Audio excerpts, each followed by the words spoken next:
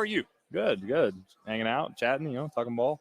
What is this day like from your perspective? We do it where we're asking questions, but when you have to go through and answer all the questions, what's it like?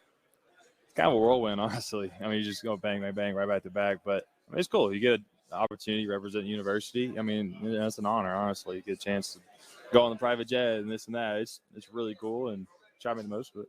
You'll be on a lot of private jets in your future, though, with the re-election campaign. And Senator Austin Williams coming soon to the White House. Shoot, yeah, I hope.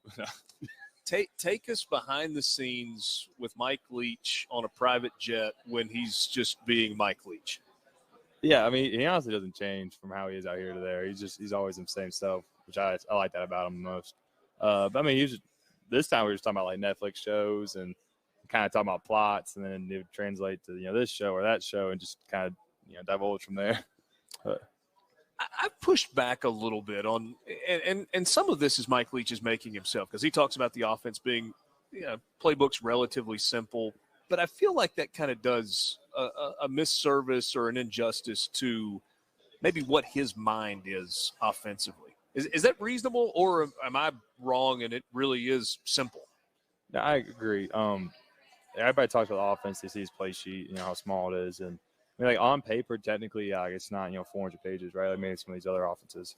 But there's so many like intricacies within each play and how it's run, how it looks against different looks, or whatever it may be, that it's a lot more to it than that. And I like to teach it, especially from a coach's perspective, I'm sure, try to get players to understand it, to be where they need to be, when they need to be there. It's not that simple, as people would always make it seem, I'd say.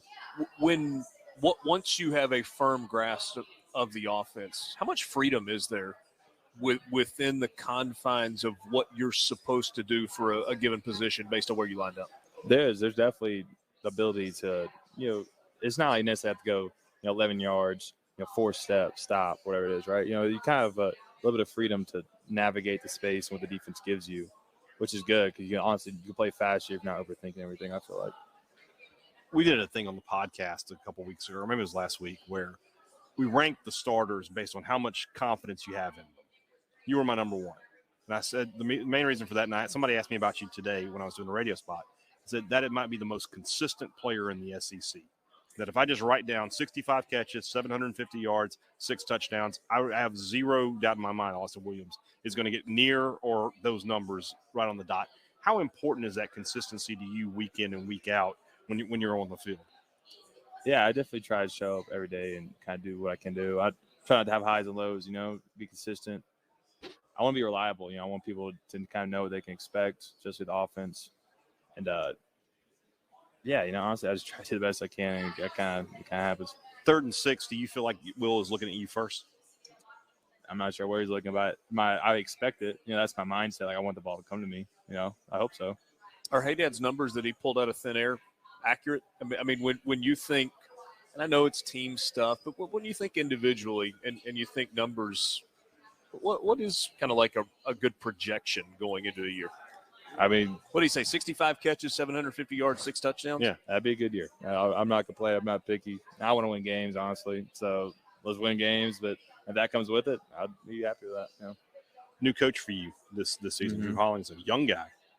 Tell us what he's like. He's been really good. He coming from the quarterback room, he's definitely brought kind of a little bit different perspective. He's just looking back from the quarterback point of view, like how it should work, the timing, where they would want you to be. And honestly, it's been really good to see, kind of open our eyes a little bit, just a better, deeper understanding of the system. And I've really enjoyed it. I thought he's done a good job. He's came in, coaching us hard, and demand a lot out of us. Who's this year's Makai Polk? Is it you? You gonna put up 100 this year? I think we have a deeper receiver room this year. I don't know if we're necessarily going to have 100 catch guy. I mean, we might. Heck, that'd be awesome. I hope we do. But I think we have just a deeper room. We have a lot of talented guys who are going to push each other. Mm-hmm. So I think we have just some depth this year, which is a really good thing. We got a lot of guys who can play in any position. I think it's going to be more spread out like that. If you didn't play wide receiver, what position would you play? Quarterback. I'd love to. I mean, I can't really throw that well, but if I had to pick, I would. Did you play quarterback at all in high school, junior high? High? Yeah, I mean, 9th grade, middle school a little bit. Did you get beat out or decide that there was another spot that was better? Hurt my elbow, so I actually moved to receiver. it kind of worked out from there. I was like, all right, yeah. You hurt yourself, so you move to a position where you're going to take bigger hits, is what I'm hearing. Well, you don't have to throw it when you're playing. That's true. It's true, but yeah.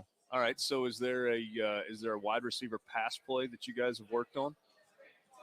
I mean, there's a throwing in the background somewhere. We're not much for all those stuff. I mean, we don't got a ton of those in bed. Yeah, I get that.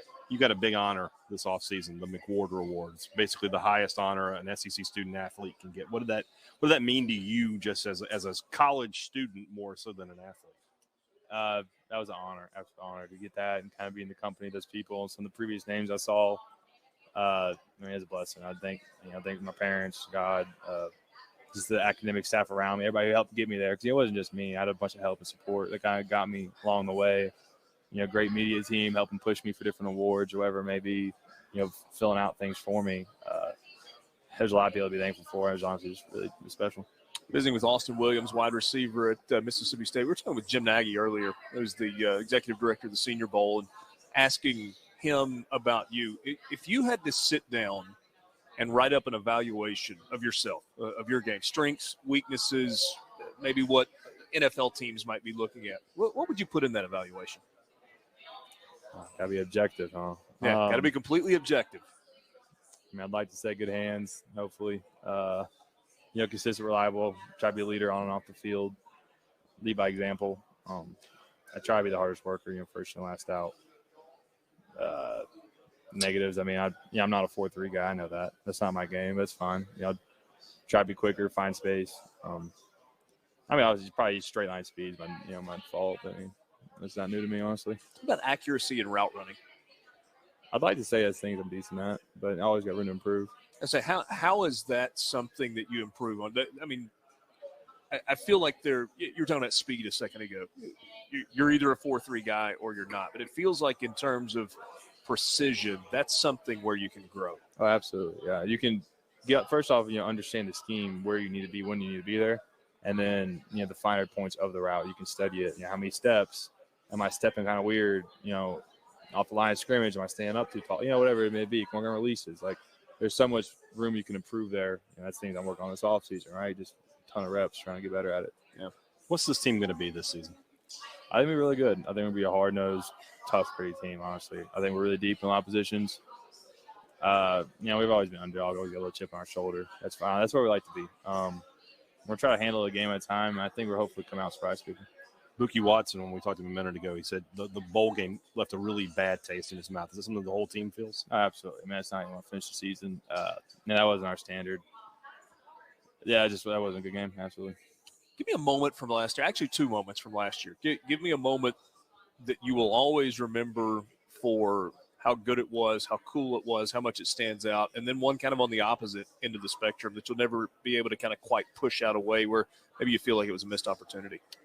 Winning at Auburn, down 28-3, that's something I'll always remember. That was special. Seeing the team come together, no quit, no same resolve. That was special. I mean, I'll never forget that. At Jordan Hare, it's packed, everybody's loud. That happened so fast too. Was there a moment where you realize we've gone from down to 28-3 to there's no way we're losing this game? Absolutely, yeah. I mean, that's philosophy from the very beginning, right? Because you're not gonna make that comeback, right, if you don't believe.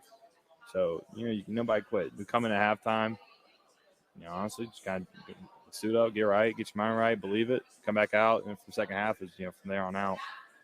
That was awesome. And I guess if I had to pick a negative, always lose an egg bowl. You never want to do that. So it's always, sick taste, close game, just something that got away from us.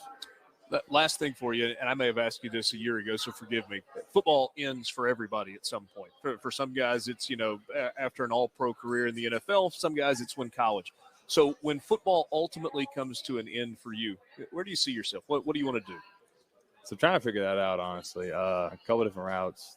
I thought about, the coaching or I don't know how to get in front office in the NFL or something. That'd be a really cool opportunity. Kind of mix business with football a little bit. And then, if not, I'd probably separately entirely go in finance, kind of financial advisor or something along those lines. Stay in the South, or this is like a you move to New York type thing? I'm not going to New York, nothing, but I love the South. I mean, I like being on the water. I could do anything from Florida to Texas, on the water, whatever it may be. That'd be awesome. That's fun. Yeah.